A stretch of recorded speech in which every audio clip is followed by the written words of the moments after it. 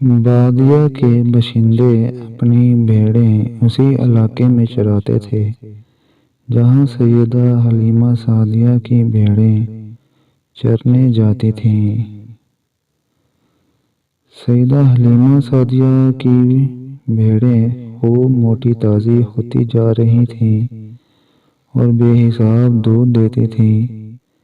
چرواہے اس بات پر سخت حیران تھے کہ بادیہ کے باشندوں کی اور حلیمہ سعدیہ کی بھیڑیں ایک ہی جگہ چرتی ہیں، لیکن دونوں طرح کی بھیڑوں میں اتنا زیادہ فرق کیوں ہے؟ وہ اس راز کو نہیں جان سکتے تھے۔ آخر کار گاؤں والوں نے اپنی بیویوں کو سیدہ حلیمہ سعدیہ کے پاس بھیجا کہ معلوم کریں کہ کیا معاملہ ہے۔ سیدہ حلیمہ سعدیہ نے بے حد خوشی کے ساتھ سب عورتوں کو بتایا کہ یہ سب کچھ اس مبارک ترین بچے صلی اللہ علیہ وآلہ وسلم کے سبب ہے جن کو وہ اپنے ساتھ لائی ہیں، اور آپ ان کی رضائی والدہ مکرمہ ہیں۔ سیدہ حلیمہ سعدیہ نے یہ بھی فرمایا کہ جب سے ننھے محمد ان کے ساتھ آئے ہیں، ان کے گھر پر آسمانی رحمتوں اور برکات کے سارے دروازے کھل گئے ہیں۔ انہوں نے یہ بھی فرمایا کہ ننھے محمد انتہائی غیر معمولی بچے ہیں، ان جیسا کوئی دوسرا ہو ہی نہیں سکتا۔ ننھے حضرت محمد خود اپنی مبارک ترین ذات میں اللہ تبارک و تعالیٰ کی عظیم ترین نعمت، رحمت و برکات ہیں۔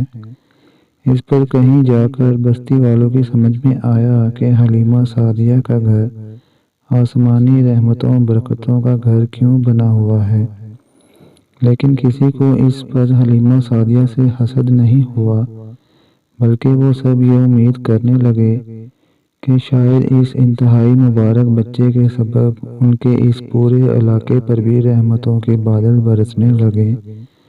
اس واقعے کو چند ہی دن گزرے تھے کہ بادیہ پر زبردست بارش ہوئی۔ بادیہ کے لوگ بے حد خوش ہوئے۔ انہوں نے یہی خیال کیا کہ یہ برسات ننھے حضرت محمد کے صدقے میں ہوئی ہے، اور لوگ آپ سے پہلے سے بھی زیادہ محبت کرنے لگے۔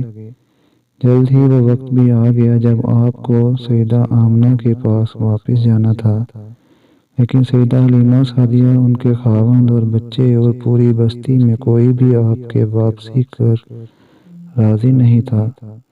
سب لوگ یہی سمجھتے تھے کہ ان کے ساتھ جو بھی خیر و برکات ہو رہی ہیں وہ آپ کی وجہ سے ہو رہی ہیں، لیکن آپ کو واپس لے جانا بھی تو تھا۔ سیدہ حلیمہ سعدیہ نے آپ کو بولنا بھی سکھانا شروع کر دیا تھا، اور آپ نے بہت جلد بولنا شروع فرما دیا۔ سیدہ حلیمہ سعدیہ اور جناب حارث آپ کو مکہ مکرمہ لائے، مگر ان دنوں وہاں شدید طاعون پھیلا ہوا تھا، اس لیے حضرت عبدالمطلب نے آپ کو واپس بھیج دیا۔ بادیہ والے آپ کو دوبارہ اپنے درمیان پا کر بے حد خوش ہوئے۔ اب آپ نہایت تیزی سے پروان چڑھنے لگے۔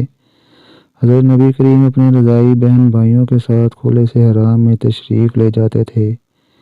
ایک دن آپ اپنے رضائی بھائی حضرت عبداللہ اور رضائی بہن سیدہ شیمہ کے ساتھ صحرا میں تشریف لے گئے۔ وہاں دونوں نے دیکھا کہ حضرت محمد جہاں بھی تشریف لے جاتے ہیں وہاں اس قدر بسخت گرم موسم میں ایک سفید بادل ہر جگہ آپ پر سایہ کیے رہتا ہے۔ دونوں نے گھر آ کر یہ بات اپنی والدہ سیدہ حلیمہ سعدیہ کو بتائی تو انہوں نے یہی فرمایا کہ تمہارا یہ بھائی بہت ہی عظیم رتبے والا ہے۔